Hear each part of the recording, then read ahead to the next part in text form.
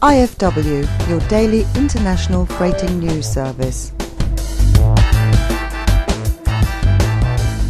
You're listening to IFW Radio, bringing you all the latest news and updates from the international freighting industry. I'm Kizzy Nkwacha, and every week we'll be updating you with some of the big breaking stories from the world of freight and logistics. Now, before we dive into our news roundup, I've been given a note to remind you that this week IFW is launching a great new job service for professionals looking for vacancies in freight and logistics.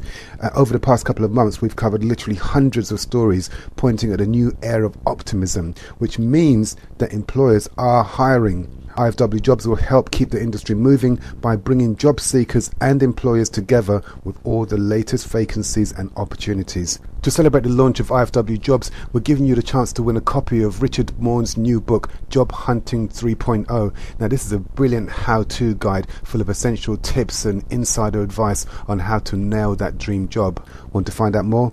Visit the website at ifw-net.com. Now over to Damien for our weekly news roundup. Hello, my name's Damien Brett, Chief Reporter at IFW, and welcome to our weekly news roundup.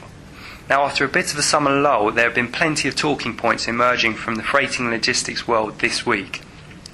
In my opinion, the most intriguing story to emerge over the last 7 days is that UK retailer Argos is suing Maersk Line over alleged breach of contract, which Argos said resulted in it needing to use Kuehne Nagel to ship containers at a higher cost.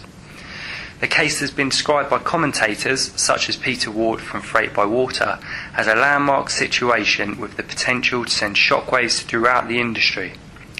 This year has not been uncommon for carriers to reduce capacity allocation on contracts when rates on the spot market are above the contract level and space is short.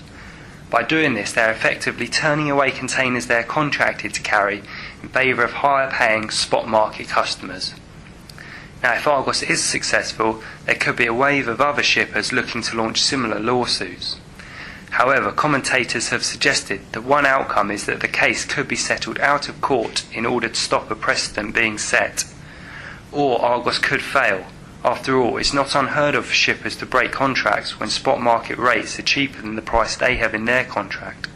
The other big story of the week is the continuing war of words over the future of the Port of Dover. Dover Harbour Board has argued that the port needs to be privatised as its trust status means it cannot borrow money to fund capacity expansion. But unions argue that privatisation would be bad for the workers, the port and the local community, as private companies would only be interested in making a profit. The situation's turned into a bit of a catch-22, but some IFW readers have pointed out that another option that's been submitted to the government is that the port becomes owned by the local community and that can therefore borrow money to fund development. Elsewhere in the news, Polar Air Cargo is set to pay a $17.4 million fine to the US government after pleading guilty to involvement in the air cargo price fixing scheme. Bankrupt Japan Airlines has submitted a rescue plan to the Tokyo District Court, which will see the airline cut 15,000 jobs and 49 routes. DB Schenker Rail is to invest a record €410 million in 1,472 new freight cars and 71 locomotives in Europe after volumes jumped during the first half. And Jury Shipping Consultants has warned that container ports need to restart terminal developments or congestion problems could resurface. Thanks for listening. If you'd like more information or to contact IFW, visit us at ifw-net.com.